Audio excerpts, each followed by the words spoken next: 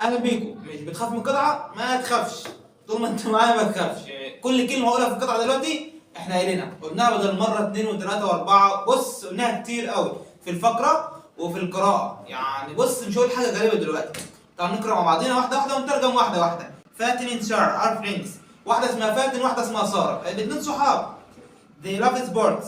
بيحبوا الرياضه. فاتن loves basketball. فاتن بتحب كره السله، تمام. She often plays it with her friends after school. بيقول لك ان هي غالبا بتحب ان هي تلعبها مع صحاباتها بعد المدرسه. مين ديت اللي هي فاتن؟ And sometimes they take part in small competitions. واحيانا sometimes يعني احيانا بتحب ان هي تشارك take part. قلنا معناها ايه؟ بتشارك. احيانا بتحب ان هي تشارك في مسابقات كده يعني صغيره، تمام. She thinks it's fast. هي بتعتقد يعني شايفه ان الكره دي سريعه، فاست سريعه، اكسايتد مثيره، في اثاره، في تشويق، في منافسه يعني، تمام، في اثاره وتشويق. and helps her stay fit and active. وبتساعدها ان هي تفضل نشطه ولايقه بدنيا، تمام، fit لايق بدنيا. she also likes working as a team in scoring points. هي بتحب ان هي تشتغل او يعني تحب ان هي تلعب اللعبه دي كفريق، يعني بتحب العمل الجماعي، السكورنج بوينتس، وان هي تسجل اهداف او تحرز نقط يعني. كل دي فاتن. تعالوا بقى نشوف ساره بتعمل ايه. ساره enjoys swimming. بتحب السباحه. it helps her relax and makes her feel healthy, calm and focused. بقول لك ان هي بتحب السباحه. السباحه دي بتساعدها ان هي تبقى مسترخيه مرتاحه.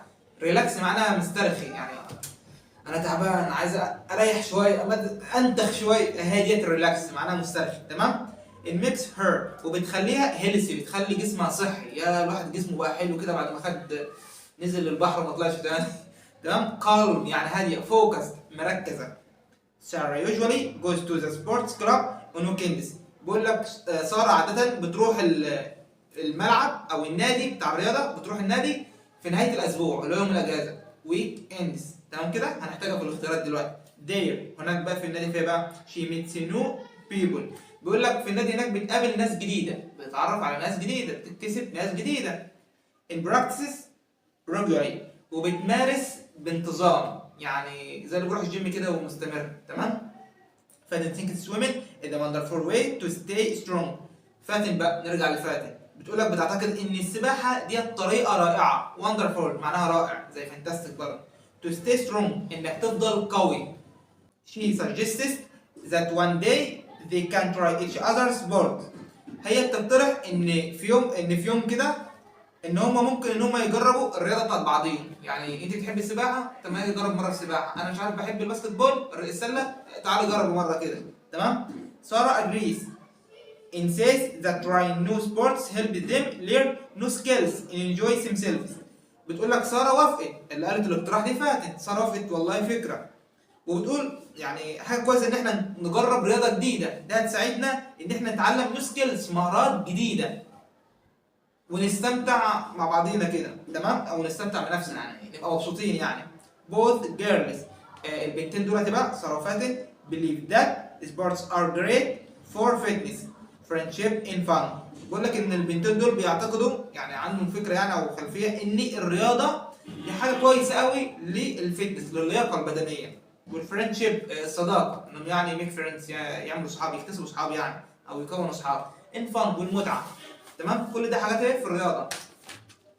طيب السؤال الاولاني ذا اندرلاين. كلمه اكسايتنج بيقول لك هنا الاوبزيت بتاعها اللي هو الانتونيم، عكسها يعني، يبقى ايه؟ بورينج، ممل. اكسايتنج حماسي مثير، عكس كلمه ممل اللي هي بورينج. فن ممتع، لا تقريبا هي جريت نايس، لا طبعا. السؤال الثاني ساره بوز سبورتس كلاب. ساره بتروح النادي امتى؟ اون ويكندز، في نهايه الاسبوع، قلناها طبعا. تعالوا نكمل مع بعضنا الحل. لو غيرت هدومي فبصور في وقت تاني يعني. تعالوا نكمل. both girls. بقول لك ان البنتين think sports help people not in have fun. بقول لك ان البنتين دول اللي هم ساره وفاتن بيعتقدوا ان الرياضه بتساعد الناس على كذا وبتخليهم يستمتعوا. وان have fun معناها بيستمتع، بتخليهم يعملوا ايه ويستمتعوا. يا ترى sleep more بتخليهم يناموا اكتر، ولا make friends بيكتسبوا صحاب، بيكونوا صحاب يعني، بيصاحبوا يعني، ولا eat less بياكلوا اقل، ولا get tired بيتعبوا؟ لا طبعا هم بيكونوا صحاب، بيصاحبوا اللي هي ميك فريندز. طيب تعالوا بقى نخش على الاسئله اللي بعديها. السؤال الاول بيقول لك ايه الفكره الرئيسيه المين ايدي؟ الفكره الرئيسيه بتاعت القطعه ديت ايه؟ ان الرياضه مهمه. sport is important. الرياضه مهمه ليه؟ مثلا بنستمتع، فن، مثلا بتخلينا نشيطين اكتف، بنكون صحاب ميك فريندز، تمام؟ ريلاكس نبقى هاديين منتخين يعني، تمام؟ كل الصفات الحلوه والحاجات الحلوه ديت اللي قلناها في القطعه اكتبها، كل دي اكتبه، كل دي صح، تمام؟ السؤال اللي بعديه how does سارة feel after swimming؟ بيقول لك ايه اللي حست بيه سارة بعد السباحه؟